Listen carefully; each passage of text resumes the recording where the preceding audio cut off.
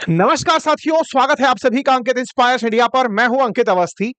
हाल ही में भारत के केंद्र शासित प्रदेश लद्दाख में कुछ ऐसी घटना घटी जिससे नेपाल की यादें ताजा होती दिखाई दी। नेपाल में जिस तरह से सत्तारूढ़ गठबंधन को हटाकर कुछ युवाओं के द्वारा सरकार को हटाकर अपनी सरकार बनाई गई, ठीक उसी तर्ज पर इस समय लद्दाख, केंद्र शासित प्रदेश लद्दाख में एक कार्यालय जो कि भाजपा का था, उसमें आग लगा दी गई। प्रदर्शन हुए, सरकारी सामान को नुकसान, वैन को आग, ऐसी तस्वीरें निकल कर आई। 4 लोगों के मौत की खबर भी आई। हजारों की संख्या में लोग सड़कों पर थे और सड़कों पर उतरे लोगों को सोशल मीडिया पर जैन जी कहकर पुकारा जा रहा था। जैन जी हाल ही में नेपाल के चलते पूरे देश भर में चर्चित है। माना जा रहा है कि नेपाल में जैसा हुआ वो एक दिन भारत में भी होगा और यहाँ का युवा सरकार के खिलाफ खड़ा हो जाएगा। और सरकार में चूंकि केंद्र में भाजपा गठबंधन सरकार है, ऐसे में बीजेपी को टारगेट किया जाएगा, ऐसा अपोजिशन का मानना है और अपोजिशन समर्थक सोशल मीडिया के लोगों का मानना है। फिलहाल के लिए सोशल मीडिया के माध्यम से बनी इस जैन जी वेव ने मेन स्ट्रीम मीडिया में जो जगह ली वो ये कि लद्दाख के अंदर प्रोटेस्ट हुए, 4 लोग मारे गए, घायलों की संख्या 50, कहीं 70, कहीं 30 बताई जा रही है।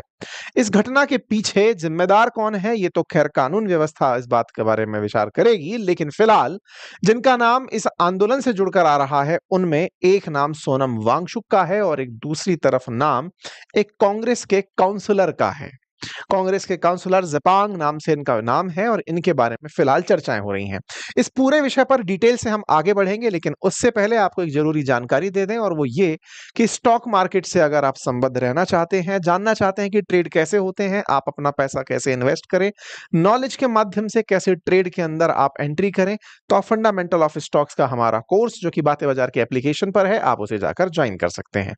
साथियों, बात बुधवार की है। बुधवार को केंद्र शासित प्रदेश लद्दाख में हिंसक प्रदर्शन होता है। यहां पुलिस और सुरक्षा बलों के साथ में कुछ झड़पें होती हैं और लोगों के मारे जाने की खबर हेडलाइन बनती है। भाजपा ऑफिस और सीआरपीएफ की गाड़ी के अंदर आग लगाने की खबरें आती हैं। ये तस्वीरें हैं जिसमें भाजपा कार्यालय पर टका हुआ जो झंडा है उसको उतारते हुए प्रदर्शनकारी दिख रहे हैं। फिर बाद में इसी कार्यालय के अंदर आग लगाने की खबर आती है। इसी तरह से सीआरपीएफ की वैन में यहां पर आग लगती हुई दिखाई दे रही है। घटना कहां से शुरू होती है, इसके पीछे सोनम वांगचुक की कहानी है, इनके बारे में थोड़ा सा जान लीजिए।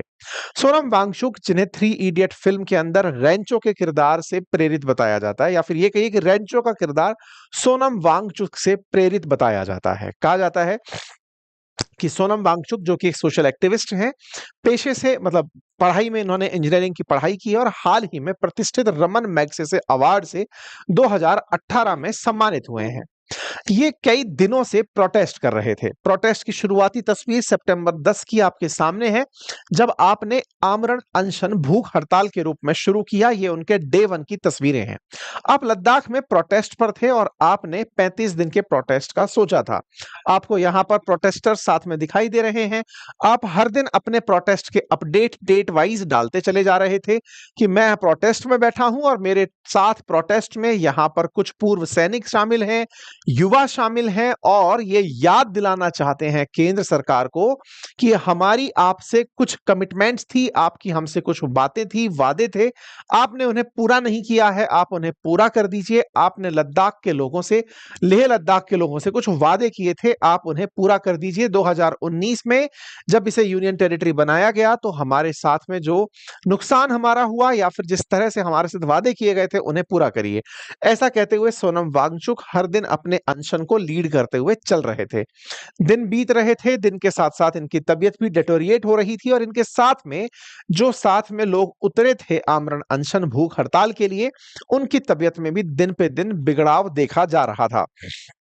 23 सितंबर की आप यहां पर खबर देखते हैं, जहां पर ये अपनी बात को लिखते हैं, कहते हैं कि साहब हमारे साथ में लोग जुड़ें और अपनी बातों को आगे लेकर जाएं। इनकी आफ्टर ऑल ऐसी क्या डिमांड थी जिनके लिए इन्हें भूख हड़ताल करनी पड़ी? आप लद्दाख को 6th शेड्यूल में डलवाना चाहते हैं। इनकी प्रमुख जो मांग है उसमें यह है कि लद्दाख को एक तो पूर्ण राज्य का दर्जा दे दो। पूर्ण राज्य के अलावा सिक्स्थ शेड्यूल में इनको सुरक्षा दे दो, संवैधानिक सुरक्षा। अब ये सिक्स्थ शेड्यूल क्या है, इसके बारे में भी थोड़ी चर्चा करेंगे। कारगिल और लेह को अलग अलग लोकसभा सीट बना दो और सरकारी नौकरियों में स्थानीय लोगों की भर्ती करो। ये चार प्रमुख मांगे लेकर के ये भूख हड़ताल पर बैठे हुए हैं। 10 सितंबर से 35 दिनों की भूख हड़ताल पर जब ये बैठे तो इनके साथ 15 लोग थे। उनमें से 2 लोगों की तबीयत मंगलवार शाम को खराब हो गई और उन्हें अस्पताल में भर्ती कराया गया। तो इस आंदोलन को लीड कर रही संस्था लद्दाख एपेक्स बॉडी की युवा शाखा ने विरोध प्रदर्शन का ऐलान कर दिया कि भाई इतने दिन से भूख हड़ताल पर लोग बैठे हैं और ऐसे में आप लोगों को इस बात का कोई फर्क नहीं पड़ रहा है। यानी कि कल शाम को जब उनके साथ बैठे लोगों की तबीयत बिगड़ने लगी तो यहां पर जो प्रदर्शनकार जो लोग थे इनके साथ में, उनके द्वारा विरोध प्रदर्शन का मांग कर दिया गया। सोशल मीडिया पर भीड़ जुटाई जाती है। आंदोलनकारियों के द्वारा मंगलवार की रात को लद्दाख बंद बुलाने का आह्वान किया जाता है। लोगों से लेह हिल काउंसिल पहुंचने की अपील की जाती है। इसका असर भी दिखता है, बड़ी संख्या में लोग एकत्रित होना शुरू होते हैं। पुलिस और प्रदर्शनकारियों के बीच में झगड़े और प्रदर्शन मतलब झड़प होना शुरू होती है। पुलिस प्रदर्शनकारियों को रोकने के लिए आंसू गैस छोड़ती है। पुलिस की गाड़ियों को बदले में पत्थर सहने पड़ते हैं। ये क्लैश की तस्वीरें हैं आपके सामने, जिस समय पुलिस जो लेह के अंदर है उसके साथ सिक्स्थ शेड्यूल की मांग कर रहे लोग बहस कर रहे हैं, पत्थरबाजी कर रहे हैं, अपना विरोध प्रदर्शन कर रहे हैं। ये तस्वीरें बयान कर रही हैं, आज की हैं, और ये बता रही हैं कि कैसी स्थिति यहां पर बनी हुई है। यहां पर प्रदर्शनकारियों की भीड़ को सड़कों पर देखा जा सकता है। प्रदर्शनकारी किस तरह से पत्थर फेंक रहे हैं पुलिस की तरफ, सुरक्षा बलों की तरफ और बीजेपी मुख्यालय की तरफ, वो आप देख सकते हैं। और ऐसे ही प्रदर्शनकारी पहुंचते हैं बीजेपी के मुख्यालय और वहां जाकर उसे आग लगा देते हैं। तस्वीरों में यह साफ साफ दिखाई दे रहा है कि प्रदर्शनकारियों ने किसी एक प्रयोजन के साथ इस प्रदर्शन को एक दिशा दे दी थी। लेकिन जब यह जानकारी बाहर आती है तो वांगचुक अपने इस हिंसक प्रदर्शन होने के कारण आंदोलन को वापस ले लेते हैं और नाराजगी जताते हुए कहते हैं कि मैं हिंसक प्रदर्शन नहीं चाहता था। ऐसे में उन्हें अपनी तरफ से लोगों को यह कहा कि भाई मेरे साथ जो लोग खड़े थे, चूंकि वो घायल हो गए थे, मतलब बीमार हो गए थे, तो उनके कारण लोग हिंसक हो गए, लेकिन ये मेरी चाहत नहीं थी। ऐसे में मैं अपने इस आंदोलन को यहीं रोकता हूं। तो इन्होंने अपनी तरफ से एक संदेश जारी किया और इन्होंने बताया कि हम ये काम पिछले 5 साल से कर रहे हैं। वर्ष 2019 में जब से Jammu Kashmir state union territory में बदला, जम्मू कश्मीर और लेह लद्दाख एक अलग यूनियन टेरिटरी बनकर आए, तब से लेकर के ये लगातार इस बात की मांग कर रहे हैं कि लेह लद्दाख को एक अलग राज्य का दर्जा दे दो। हर साल ये इसी तरह के प्रोटेस्ट में उतरते हैं, लोग इनके समर्थन में आते हैं। ये पिछले साल की तस्वीरें हैं, आप 2023 का भी न्यूज़ देख सकते हैं, 2024 की भी। इनके द्वारा लगातार इस बात की मांग होती रही है कि लेह लद्दाख को अलग से ट्रीटमेंट मिले। अब कहानी क्या है, उसकी कहानी भी सुन लीजिए। असल मायने में जब जम्मू कश्मीर का 2019 के अंदर स्टेटहुड गया और यूनियन टेरिटरी में उन्हें बदला गया, तो 2 यूनियन टेरिटरी बनी, एक जम्मू कश्मीर थी और एक लद्दाख थी। तो लद्दाख नामक जो यूनियन टेरिटरी बनी, उसके अंदर 2 प्रमुख जगह थी, एक का नाम कारगिल था, एक का नाम लेह था। ये जो कारगिल नामक जगह है, ये मुस्लिम बहुल इलाका है। कारगिल के अंदर शिया मुसलमान रहते हैं और जो लेह वाला क्षेत्र है, यहां पर बौद्ध धर्म को मानने वाले लोग रहते हैं। यहां मुस्लिम और यहां बौद्ध। शुरुआती समय पर जब ये पूरा राज्य एक हुआ करता था, तो जम्मू कश्मीर यूनियन टेरिटरी का इस कारगिल के जो लोग हैं इनके साथ में, जम्मू कश्मीर का जो ये क्षेत्र है बाकी वाला, इनका कारगिल के लोगों के साथ थोड़ा इमोशनल कनेक्ट हुआ करता था। लेकिन ये वाला जो कारगिल क्षेत्र जो शिया बहुल है, चूंकि ये वाला क्षेत्र सुन्नी बहुल है, तो इसे एक तरह से अलग करके सरकार ने यूनियन टेरिटरी बना दिया और इन दोनों के हितों को एक साथ ही ट्रीटमेंट देने का निर्णय लिया। फिलहाल उठ रही मांग में लेह के अंदर जो बौद्ध हैं वो चाहते हैं कि इनका जो पूरा क्षेत्र है इसके लिए एक अलग लोकसभा सीट हो और कारगिल के लिए एक अलग लोकसभा सीट हो। ये दोनों संयुक्त रूप से सिंगल सीट के रूप में कंसीडर ना हो। दूसरी मांग इनकी ये है कि यहां तो आपने विधानसभा दे दी, इस क्षेत्र के अंदर लोगों के पास स्थानीय रूप से खुद को प्रतिनिधित्व देने के लिए क्या है? जम्मू कश्मीर के अंदर तो बाकायदा उमर अब्दुल्ला मुख्यमंत्री बनकर बैठे हैं। इस क्षेत्र को तो अब फिलहाल के लिए कोई रिप्रेजेंटेटिव ही नहीं मिल रहा, क्योंकि इस क्षेत्र में पॉपुलेशन कम है। लेकिन पॉपुलेशन भले ही कम हो, लेकिन ये जिस जगह है, यहां पर उत्तर में चाइना बैठा है, पश्चिम में पाकिस्तान बैठा है, ऐसे में इस क्षेत्र का स्ट्रेटेजिक महत्व बहुत है। तो यहां के लोगों का मानना है कि यहां पर जनता को शासन में इन्वॉल्व किया जाए, और उनके इन्वॉल्वमेंट पर सरकार का तर्क हमेशा से यह रहा है, चूंकि ये इतना मायने रखती है जगह, इसीलिए इसे सीधा केंद्र के कंट्रोल में होना चाहिए, सीआरपीएफ द्वारा नियंत्रित होना चाहिए, और यहां पर बिल्कुल जैसे उपराज्यपाल बिठाए हुए हैं वैसे ही उपराज्यपाल यहां इस जगह को मॉनिटर करने चाहिए। ठीक है, लेकिन सोनम वांगचुक पिछले लंबे समय से इस बात को डिमांड कर रहे हैं कि आप यहां पर जो लोग रहने वाले हैं उन्हें अपना ऑटोनॉमस राज्य दे दीजिए। किस तरह का ऑटोनॉमस? जैसा शेड्यूल 6 में 4 राज्यों को दिया हुआ है, हम उस पर भी चर्चा करेंगे। तो सवाल बड़ा यह है कि ये किस तरह का राज चाहते हैं? यूनियन टेरिटरी में रहते हुए ये राज चाहते हैं, या राज्य बना के अपना एक राज चाहते हैं? उस पर भी हम चलते हैं। तो कुल मिलाकर 370 के बाद ही, हटने के बाद ही लद्दाख में विरोध प्रदर्शन शुरू हुआ और डिमांड उठी कि यहां पर 6th शेड्यूल के अंदर इस क्षेत्र को डाल दिया जाए। अब ये 6th शेड्यूल क्या है? हमारे देश के अंदर जो ट्राइबल्स हैं उनके लिए कुछ विशेष उपबंध संविधान के अंदर किए गए हैं, अनुसूची 5 और अनुसूची 6 में। संविधान की अनुसूची 6 यानी शेड्यूल 6 के अंदर 4 राज्यों के कुछ विशेष क्षेत्र ऐसे हैं जहां पर रहने वाले ट्राइबल्स को कुछ विशेष अधिकार दिए गए हैं। जैसे मेघालय के अंदर गारो खासी जयंतिया ऑटोनॉमस डिस्ट्रिक्ट काउंसिल्स बनाई गई हैं। ऐसे ही मिजोरम के अंदर चकमा और लाई बनाई गई है, लाई बनाई गई है और मारा बनाई गई है। त्रिपुरा के अंदर त्रिपुरा ट्राइबल बनाया गया है, और असम में दीमा हसाओ, कार्बी और बोडोलैंड। ये चारों जगह, जो चारों राज्य हैं, इनमें एक चीज कॉमन है और वो है ऑटोनॉमस डिस्ट्रिक्ट काउंसिल। ये क्या होती हैं? आसान भाषा में समझिए, ये राज्य के भीतर क्षेत्र जो जनजाति क्षेत्र हैं, ट्राइबल एरियाज हैं, उन ट्राइबल एरियाज में रहने वाले लोगों की अपनी एक कमेटी समझिए, जिसमें वहीं के लोग डिसाइड करते हैं कि इस काउंसिल में कौन बैठेगा, जस्ट लाइक पंचायत समिति के सदस्य, कुछ वैसे। लेकिन इनके पास इस क्षेत्र में जितने भी रिसोर्सेज हैं, उन रिसोर्सेज का डिस्ट्रीब्यूशन कैसे होगा, कंट्रोल किसके पास होगा, वो रिसोर्सेज कौन एक्सट्रैक्ट कर सकता है, ये इन सब चीजों पर नियंत्रण रखते हैं। आसान करता हूं, आसाम के अंदर मान लीजिए या मेघालय के अंदर मान लीजिए कि खासी हिल के अंदर कोई माइंस निकल आई, तो माइंस को एक्सट्रैक्ट अगर आप करना चाहते हो तो आपको इस ऑटोनॉमस डिस्ट्रिक्ट काउंसिल से भी पूछना होगा। आसान इस तरीके से इसको ऐसे समझिए, लद्दाख में ये जो सोनम वांगचुक के नेतृत्व में आंदोलन हो रहा है, ये चाहते हैं कि लद्दाख को भी शेड्यूल 6 में डाल दिया जाए। तो चलिए, सवाल तो समझ में आया कि शेड्यूल 6 में डालना चाहते हैं। तो अब सवाल यह भी बनता है कि शेड्यूल 6 में डालने के बाद इन्हें ऑटोनॉमस डिस्ट्रिक्ट काउंसिल मिल जाएगी, इसके बाद में ये यहां के संसाधनों पर नियंत्रण करना चाहते हैं। कौन से संसाधन? तो अब इसकी कहानी सुनिए। हो क्या रहा है कि लद्दाख में बहुत बड़ा एरिया डेजर्ट का है। जैसे हमारे राजस्थान के अंदर डेजर्ट है, ये गर्म डेजर्ट है। लेह लद्दाख के अंदर सूखा डेजर्ट है, लेकिन वो ठंडा डेजर्ट है। डेजर्ट सूखे ही होते हैं, लेकिन जहां डेजर्ट है क्या, जहां बारिश 25 सेंटीमीटर से कम होती हो साल भर में। तो राजस्थान में जहां है वहां हीट भी है, लेकिन लेह लद्दाख में सूखा और ठंडा डेजर्ट है। उस ठंडे डेजर्ट में लेकिन सूरज की जब रोशनी आती है तो वो बहुत तेज आकर पड़ती है, और उस सूरज की रोशनी से सोलर एनर्जी पैदा करने का प्लान डेजर्ट में चल रहा है। जैसे राजस्थान में बड़ा सारा एरिया सोलर पार्क बन चुका है, दुनिया के सबसे बड़े सोलर पार्क में से एक राजस्थान में जिस तरह से बन चुके हैं, ऐसे ही लेह लद्दाख के अंदर उन क्षेत्रों के अंदर भी सोलर पार्क बनाने की सरकारी कवायद चल रही है। इन लोगों का मानना है कि इनके जो क्षेत्र हैं, उन क्षेत्रों में यहां के जो लोग रहते हैं, जो ट्राइबल्स रहते हैं लद्दाख के, वो अपने मवेशी चराते हैं, कैटल्स चराते हैं। ऐसे में उनके लिए वो क्षेत्र बचेगा ही नहीं, पास्चर लैंड नहीं बचेगी। क्षेत्र नहीं बचेगा तो मवेशी कहां चरेंगे? ऐसे में इन संसाधनों पर लोकल लोगों का कंट्रोल होना जरूरी है।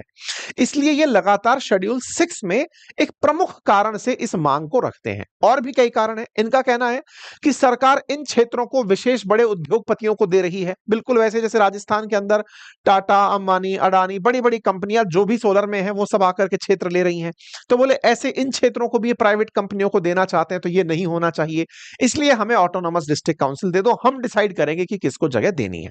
तो उम्मीद है कि ये 6th शेड्यूल वाला पॉइंट समझ में आया हो, जो केवल 4 राज्य आसाम, मेघालय, त्रिपुरा और मिजोरम को मिला हुआ है। अब आपके दिमाग में एक और सवाल आएगा, क्या ट्राइबल्स केवल इन्हीं या जनजाति केवल इन्हीं 4 राज्यों में रहती है? जी नहीं, ट्राइबल्स ऐसे नागालैंड, अरुणाचल प्रदेश, यहां पर पूरी तरह ट्राइबल्स ही हैं, लेकिन फिर भी सरकारों ने इन्हें शेड्यूल 5 में रखा हुआ है। शेड्यूल 6 केवल 4 ही राज्यों के कुछ विशेष क्षेत्रों को मिला, पूरा आसाम भी शेड्यूल 6 में नहीं आता है, उसके कुछ क्षेत्र आते हैं। ठीक है साहब, लद्दाख वाले इन्हीं 4 राज्यों की तरह जिनमें ट्राइबल्स हैं, वैसा खुद के लिए यही वाला सिस्टम चाहते हैं कि हमें भी लोकल डिस्ट्रिक्ट काउंसिल मिले। अब जब सवाल इस तरह का है तो सवाल बनता है कि भाई अल्टीमेटली दिक्कत कहां है? दिक्कत कहां है कि इन्हें दे क्यों नहीं दिया जाता, लद्दाख को 6th शेड्यूल में क्यों नहीं डाल दिया जाता? तो सबसे पहला पॉइंट तो यह है कि इसको करने के लिए संविधान में संशोधन करना पड़ेगा।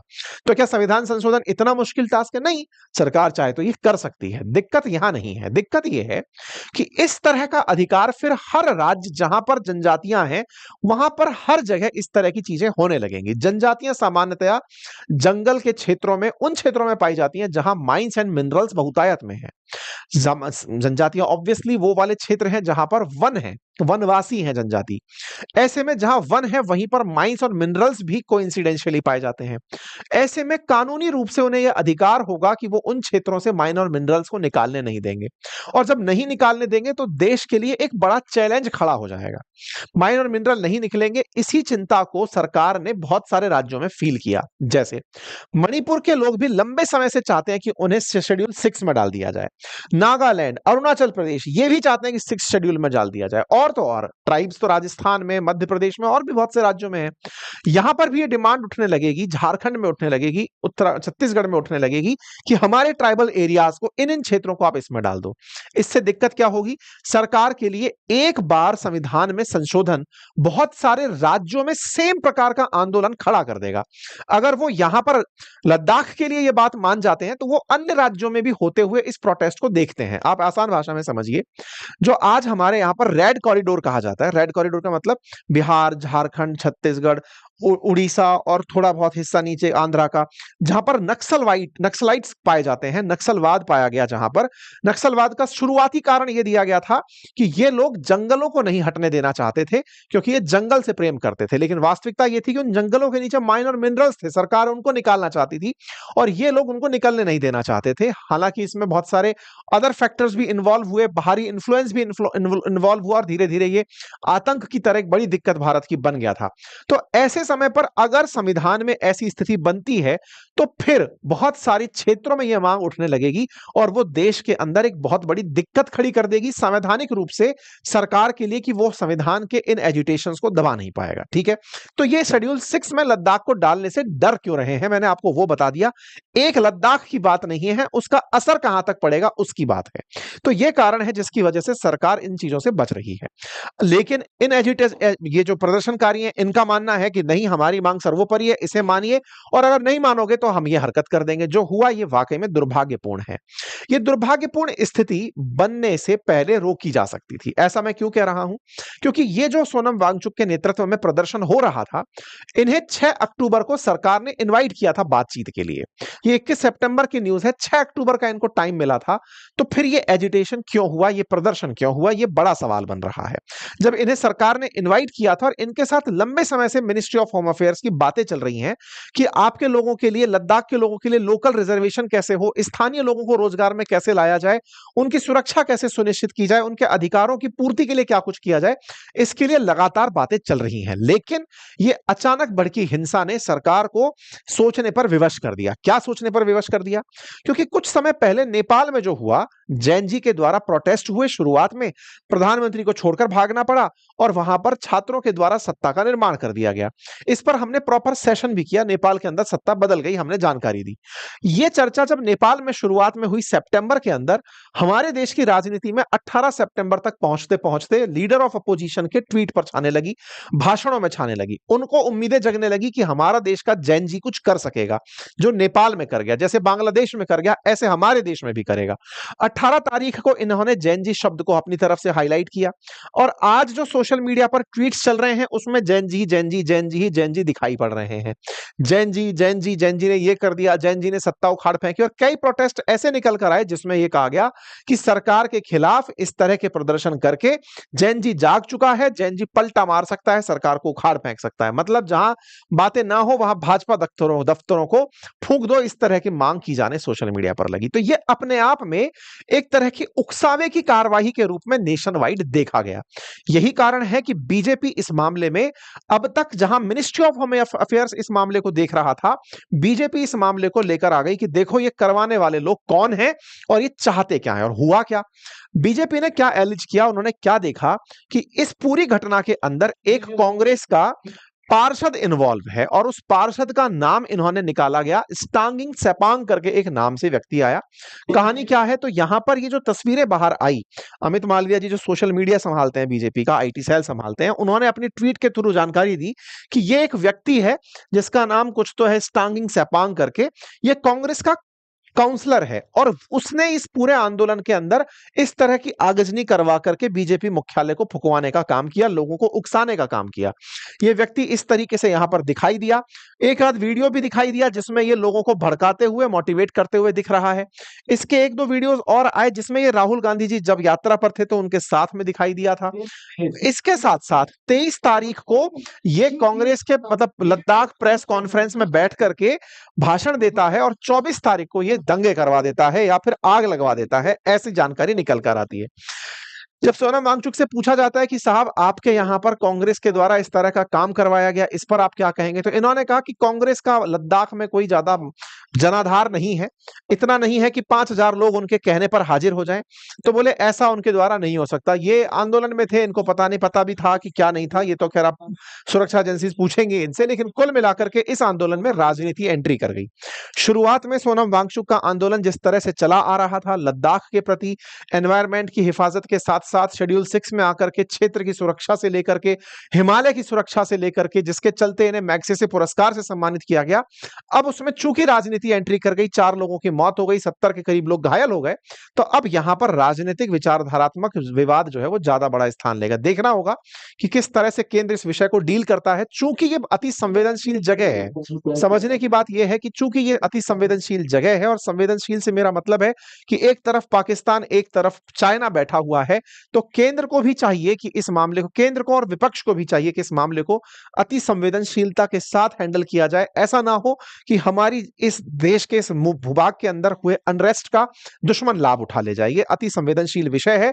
केंद्र के द्वारा बकायदा 10 पॉइंटर्स जारी करके अपनी द्वारा जो किए गए कार्य हैं वो सब बता दिए कि हमने किस किस तरह से हाई पावर्ड कमेटी बनाई, हमने किस तरह से सारे की सारे अब तक मीटिंग की, हमने महिलाओं के लिए अब तक क्या क्या प्रावधान रखे, महिलाओं को 1/3 रिजर्वेशन की बात करी, साथ में हमने ये भी बता, मतलब कि बकायदा प्रेस अभी 10 बजे थोड़ी देर पहले ही ये पूरा की पूरा इन्होंने ब्रीफ नोट डाला है जिसमें उन्होंने सारी बातें कही कि हम लोग किस किस तरह से सारे काम कर रहे हैं। खैर, ये जो हुआ ये दुखद था। अब आगे आवश्यकता है कि प्रदर्शन कभी भी हिंसक ना हो। मांग रखनी है तो हमारे संविधान के अंदर अपनी बातों को रखने के लिए बैठकर बातें रखने का, अनशन करने का अधिकार है, कानूनी रूप से फ्रीडम ऑफ एक्सप्रेशन है, लेकिन कानून को हाथ में लेना किसी भी तरह न्यायोचित नहीं है। फिलहाल के लिए इतना ही। बाकी आप लोग इस विषय पर क्या सोचते हैं, अपनी राय जरूर कमेंट बॉक्स में बताइएगा। एक चीज मैं आपके सामने रखना चाह रहा हूं, बातें बाजार की यूट्यूब चैनल पर मैंने थोड़ी देर पहले एक सेशन डाला है जिसका लिंक कमेंट बॉक्स में पिन कर रहा हूं।